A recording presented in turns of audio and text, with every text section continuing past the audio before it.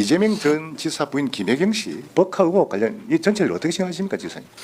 공직 생활의 경험에 비추고 제가 지난주 그 행안위 국감 때도 이 문제가 나와서 뭐 언론에서 많이 네. 얘기가 나오고 있는데 제 입장을 좀 분명히 말씀드리는 게 좋을 것 같습니다. 네. 기회를 주셔서 감사합니다.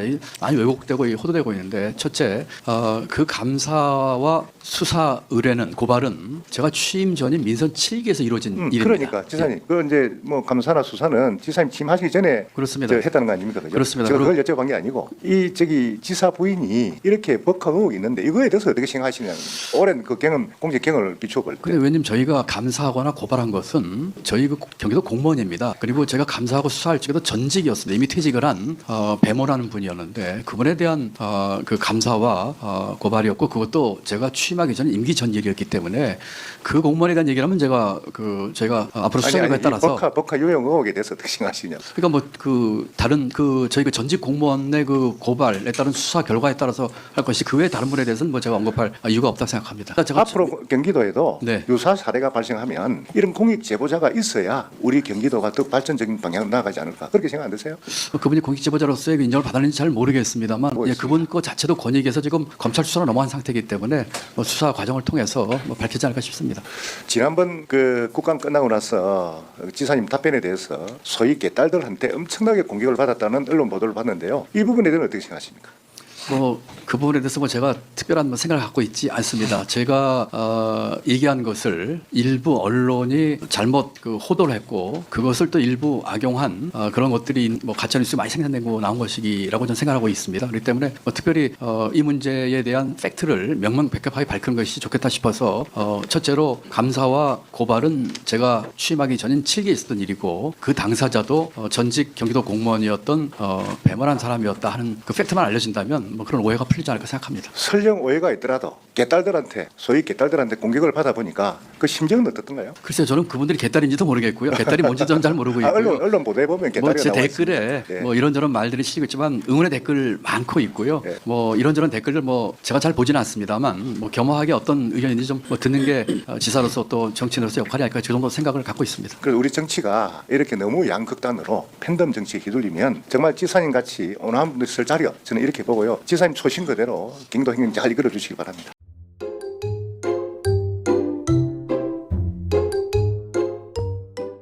위원장님, 그 국회의원이라고 해서 아무 제한 없는 권한을 가지는 것이 아니고 법률에서 정해진 권한을 법률의 범위 내에서 행사하는 것이라고 알고 있습니다. 우리 국토위가 지금 광역지자체인 경기도에 와서 감사를 하고 있는데요. 국정감사법 제7조 제3호에 따르면 국회가 광역지자체에 대해서 감사를 할 수 있다고 되어 있지만 이렇게 부기하고 있습니다. 다만 그 감사의 범위는 국가위임사무와 국가가 보조금 등 예산을 지원하는 사업으로 한다. 이렇게 감사의 범위를 정하고 있습니다.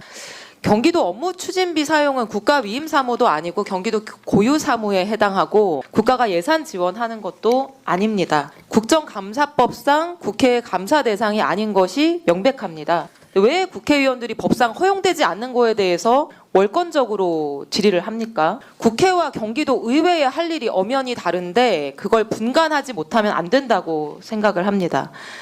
특히 행정안전위원회의 경우에는 지자체에 관한 사항이 그 위원회의 소관 사항에도 포함이 되어 있기 때문에 조금 더 폭넓은 감사가 가능하다고 해석할 수도 있습니다. 그런데 여기는 국토교통위원회 아닙니까? 지금 질의의 대상이 된 경기도 업무추진비가 교통비에 쓰였습니까? 아니면 그걸로 월세를 냈습니까? 도대체 우리 위원회 소관사항인 국토교통사무하고 무슨 관련이 있다고 지금 이런 질의가 이루어지는지 황당합니다. 분별과 분간이 있어야 된다고 생각하고요. 위원장님께서 우리 위원회가 법률상 허용된 범위 내에서 이 감사를 진행할 수 있도록 조치해 주실 것을 요청드립니다. 이상입니다. 네, 알겠습니다.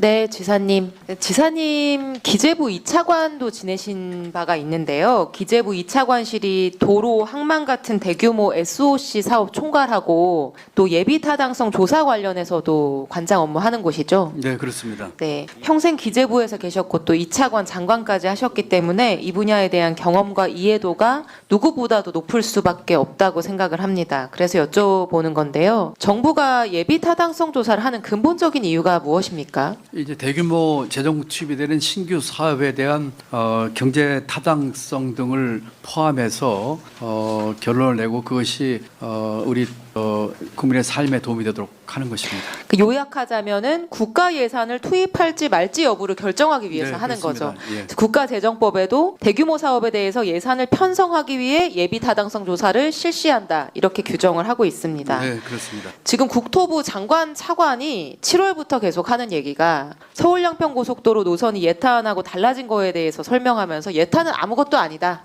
예탄은 대충 선을 긋는 것이다. 이렇게 얘기하고 또 아무렇게나 뒤집어도 되는 것처럼 얘기를 하고 있는데 사실은 예타라고 하는 것이 사업의 경제성과 정체성을 종합평가해서 국가재정 투입을 허락할지 말지 결정하는 절차이기 때문에 예타를 통과하지 못하면 국비는 한 푼도 지원받을 수 없는 겁니다. 그렇죠? 그렇습니다. 네. 이 서울 양평 고속도로가 2021년 4월에 어렵게 이제 기재부 예타를 통과했는데요. BC는 0.82, AHP 종합평가는 0.508. BC가 0.82면 경제성 측면에서 높은 점수는 아니죠. 네, 그렇습니다. 네. 원희룡 장관님도 그 5호선 연장에 대해서 지난달에 기자간담회 하면서 BC가 0.8이면 수도권은 탈락하는 수치다. 뭐 이런 표현도 쓰시더라고요.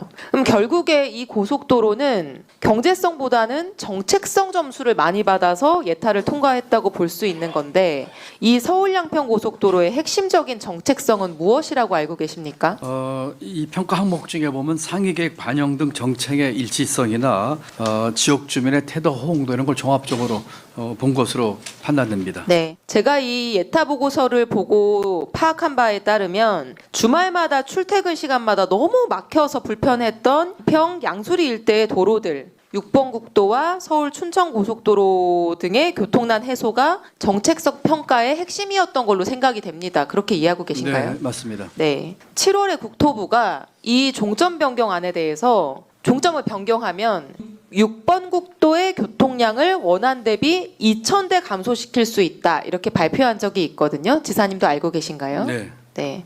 이게 양수리를 끼고 있는 양서면이 아니라 다른 곳으로 변경을 하는데 양수리 일대 6번 국도의 교통정체가 하루 2,000대 감소한다. 이게 수긍이 되십니까? 수긍이 안 됩니다. 네. 또 수긍이 안 되는데 왜 수긍이 안 되는지 보여드릴게요. 네. 슬라이드 보여주시면 일요일인 어제 오후 5시에 실시간 교통정보를 캡처한 것입니다. 1번은 6번 국도 양서면 양수리 일대, 2번은 서울 춘천 고속도로 서울 방면, 3번은 변경 종점이 있는 강상면 일대입니다. 빨간색이 정체 구간 도로인데 우리가 익히 예상하듯이 1번과 2번 부분이 새빨갛게 되어 있습니다. 다음 슬라이드 보여주시면 6번 국도 서울 방면 양수리 일대 주말인데도 꽉 막혀 있습니다. 저긴 옛날부터 원래 저렇습니다. 다음 서울 춘천 고속도로 서울 방면 차들이 꽉 막혀 있습니다. 같은 시간입니다. 그런데 다음 슬라이드 보여주시면 국토부가 종점을 변경하겠다는 위치인 강상면 남양평 IC 주변 같은 시각인데 너무 한적합니다. 차가 딱 한 대밖에 없습니다. 이거 한 대도 없어서 기다렸다가 캡처를 한 건데요.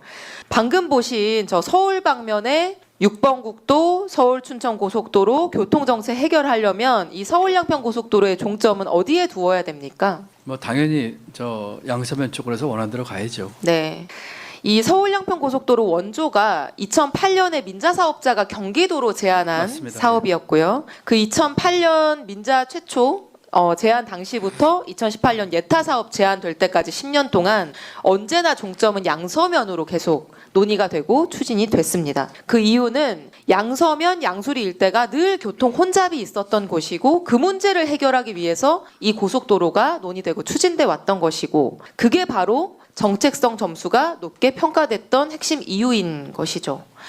국토부가 변경 노선으로 타당성 조사 결과 도출한다고 해도 이제 총사업비 관리 지침상 보면 전체 노선의 3분의 1 이상 변경되거나 이제 사유가 발생하면 기재부 장관하고 사전 협의하도록 되어 있습니다. 맞습니까? 네, 그렇습니다. 네, 그래서 기재부 차원의 검증 절차는 남아 있는 것으로 알고 있는데요. 만약 지사님께서 현재 기재부 장관이라고 한다면 어떤 결정을 내리실 것 같은가요? 이 변경 노선에 대해서 국가 재정 투입을 허락하시겠습니까? 만약에 변경안을 가지고 제가 있을 당시에 기재부에 협의를 한다면 시종점 변경과 55% 노선 변경이라면 최소한 타당성 재조사 또는 예타를 새로 해야 될지도 모르겠다 이렇게 저는 생각합니다.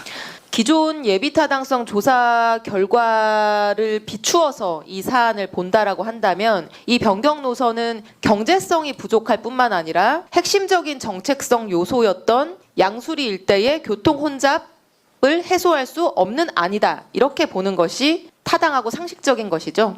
그렇습니다. 이 사업의 목적이 이제 국도 6호선과 서울 양양고속도로 두 개에 대한 것이거든요. 특히 그 두물머리 일대 아까 의원님 말씀하신 그 교통 해소에 변경안은 큰 도움이 안 될 겁니다. 원안이 큰 도움이 될 거고요. 또 서울 양평고속도로는 아까 허영희님 지도도 계셨지만 가장 막히는 그 설악에서 그 화도 그 구간의 교통을 거의 반 정도 감소하는 효과가 있어서 뭐 이건 전문가가 아니더라도 누가 봐도 원안이 변경안보다 당초 목적에 부합하다는 것은 명확 관한 일입니다. 감사합니다. 이상입니다. 네.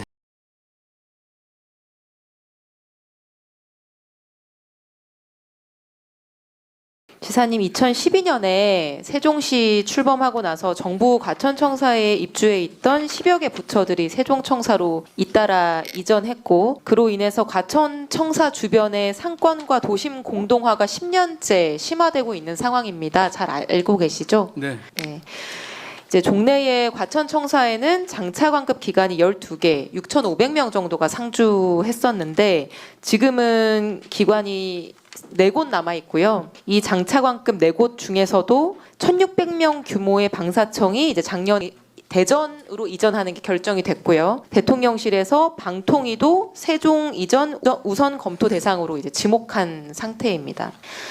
문제는 이 모든 것이 정부 과천청사에 대한 그 어떤 중장기 계획도 없이 졸속으로 비정상적으로 이루어지고 있다는 것입니다. 과천은 40년간 행정도시로 존속해온 곳인데요. 그게 도시의 정체성이고 도시의 구조와 상권 생태계 자체가 이 청사를 중심으로 짜여져 있습니다. 근데 부처들이 급격히 빠져나가면서 도시공동화가 문제가 되니까 그 보완책으로 용산에 있던 방사청을 과천으로 옮깁니다. 그게 불과 5년 전 2017년입니다. 그때 이전 비용만으로도 300억 원이 들었고요. 근데 충청도에 있는 중기부가 대전에서 세종으로 옮긴다고 대전에서 반발이 일어나니 이전한 지 5년밖에 안 된 방사청을 다시 대전으로 옮기겠다고 합니다. 1,600명 규모 기관이 빠져나간 과천청사나 과천시를 어떻게 할 것인지는 정부에 아무 계획이 없습니다. 행정부처 돌려받기를 지금 하고 있는 상황인데요. 어느 정부냐를 떠나서 2012년 이후 지금까지 10여 년간 중앙정부는 행정도시로서 그동안 수십 년간 이익을 담당해왔던 과천이라고 하는 도시를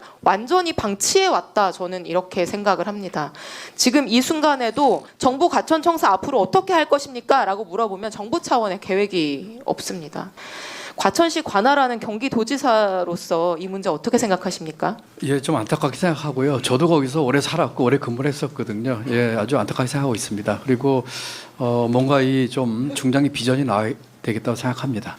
제가 정부에 대해서 수차례 TF를 만들자고 제안을 해왔는데 이제 정부가 나서지 않고 있는데요. 저는 중앙정부가 나서지 않으면 경기도가 나서야 된다고 생각을 합니다.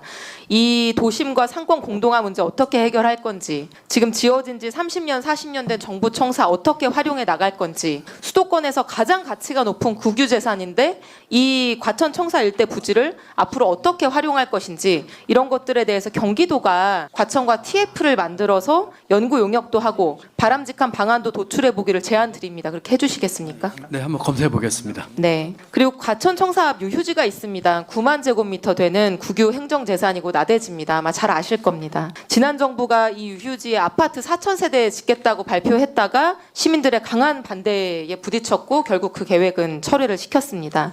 근데 이 부지가 박근혜 정부 시절에도 연구 용역을 통해서 오피스타운 짓겠다 이런 방안이 있었고요. 최근에는 이 부지에 R&D 센터 지어서 기업 유치해야 된다 이런 발언과 움직임도 있습니다. 근데 저는 이 청사암 유휴지를 함부로 개발하는 것에 대해서 우려가 있습니다. 일단 국유재산 중에 이런 좋은 입지를 가진 곳이 존재하지 않는다고 보고요. 정부 청사에 대한 명확한 계획이 수립되지 않은 상태에서 이 유휴부지만 부분 개발을 하고 또 불가역적으로 상업시설이나 건물 같은 것들을 지어버리게 되면 이 부지를 앞으로는 공공적으로 활용하는 게 어려워지고 또 청사와의 종합적인 재구조화 계획을 세우는 게 어려워지기 때문입니다. 이 유휴지의 상업시설 건설과 같은 부분 개발을 하는 게 바람직하다고 생각하십니까? 저는 개인적으로는 그 과천청사에 오래 근무했던 경험 등으로 봐서 그것을 그렇게 상업지를 개발하는 것에 대해서 저는 좀 부정적입니다.